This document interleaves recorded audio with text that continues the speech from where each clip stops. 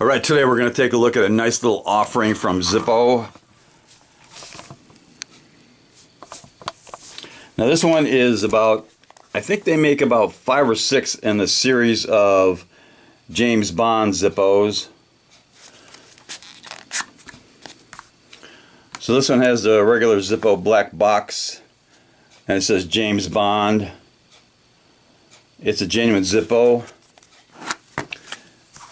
And this one is the Dr. No edition.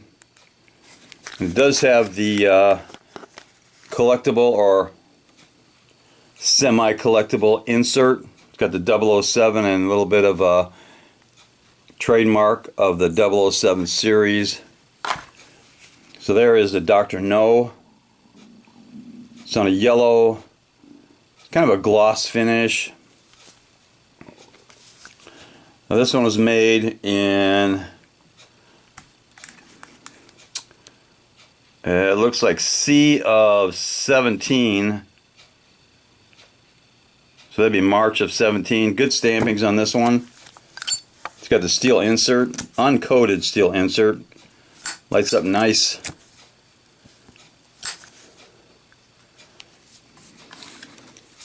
Let's do a drop test on Dr. No.